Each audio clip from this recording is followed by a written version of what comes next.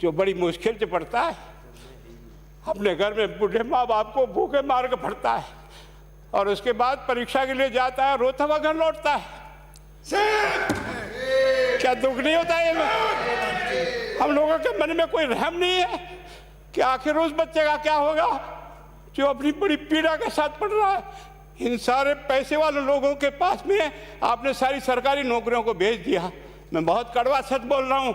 आज जो पिछले 8 साल में नौकरी में लगे ना, उन सब का भी पोस्टमार्टम कराओ, आपको लगेगा आधा फर्जी मामला निकलेगा।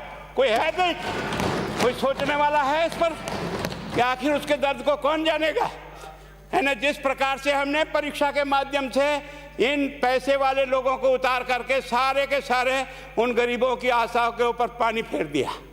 रात और दिन पढ़ता है, भूखा प्यासा पढ़ता है, घर बेच करके पढ़ता है, खेत बेच करके पढ़ता है, लेकिन जब उसका सिलेक्शन नहीं होता तो जहर खा के मरता है। कोई इस पीड़ा को समझने के लिए तैयार नहीं है। और हम इस कानून को ला करके दुनिया को बताना चाह रहे हैं कि हमने इतना बड़ा कानून कर दिया, इस कानून से कुछ भी नहीं होगा। मैं आज आपको कह रहा हूँ,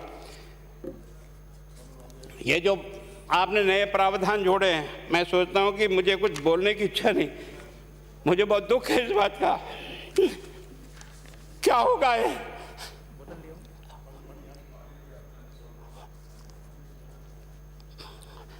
किस तरह की गैंग पाल ली है उन्हें? पानी पिला दो, है ना। मैं उस दिन भी पूछा था कि मैंने कहा ये शिक्षा संकुल पे है, जिन लोगों को ड्यूटी पे लगाया, इसको लगाने वाला दोषी कौन है, जिसके कारण से पेपर जो है ना काट करके निकाल दिया। ये तो ठीक है, भाग्य हमारा अच्छा था कि सवाई माधोपुर की घटना खुट गई और एसओजी को उसमें हाथ में लग करके कुछ केस लग गया। अगर वो केस नहीं लगता तो आज आपकी सारी नौकरी पर इन सब बड़े बड़े दलालों के स्कूल में पढ़ने वाले बच्चे होते और मेरा गरीब का बच्चा अपना घर लौट के जाता। क्या दुर्भाग्य है। और इस कारण से केवल इसके लिए खुश मत हो जाओ कि हमने कानून बहुत सख्त बना दिया इसलिए अपराधी रुक जाएगा। नहीं, सिस्टम को बदलना होगा, ये परीक्षा का सिस्टम चेंज करना होगा। मैं सोचता हूँ कि क्या हम इतने अक्लमंद बैठे हैं, क्या इस व्यवस्था को चेंज नहीं कर सकते? क्या एक ही पेपर सारे राजस्थान में 20 लाख बच्चों को दिया जाए? क्या इसका कोई ऑल्टरनेट नहीं हो सकता? इसका ऑल्टरनेट सोचना चाहिए कि हम परीक्षा को टुकड़े टुकड़ों में कैसे कर सकते हैं। जिले के अनुसार पेपर नहीं, एक नहीं हम 25 पेपर बना सकते हैं। कौन से सेंटर पर कौन सा पेपर जाएगा कोई तय नहीं करेगा कौन सा जाएगा, और हम जो इच्छा होगी उस सेंटर पे वो पेपर भेजेंगे। और ये जितने भी प्राइवेट कॉलेजों में आपने सेंटर बना रखे उनको बंद करो, इनको तुरंत बंद करिए एक ऑर्डर से।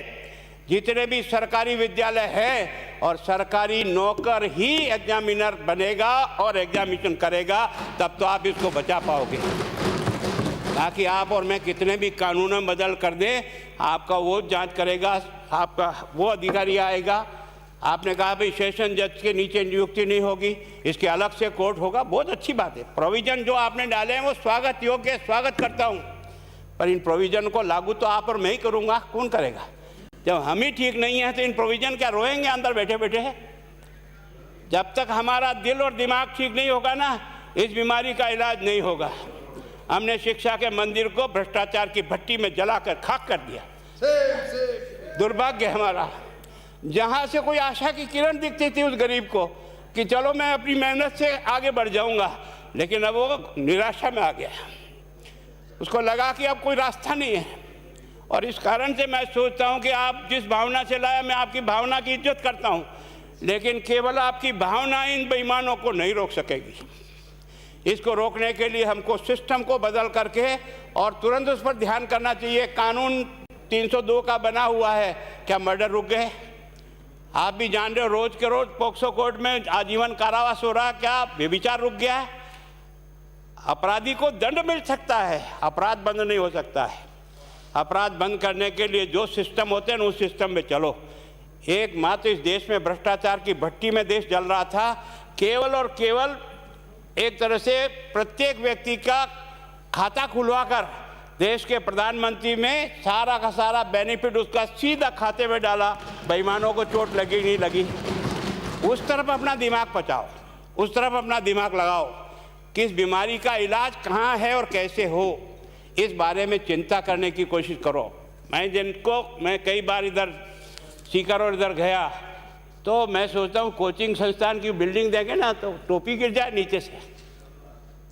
क्या चीज़ है यार, भगवान ने क्या लक्ष्मी वहीं बरसाई है। और जो बाकी संस्थाएं हैं उसका कारण यह है कि हमने अपनी दुकान को इतनी कमज़ोर कर दी है कि जहाँ बच्चे अच्छी तरह से शिक्षा लेकर के हम जैसे गरीब पढ़ करके यहाँ आ गए, अब वो रास्ते नहीं हैं।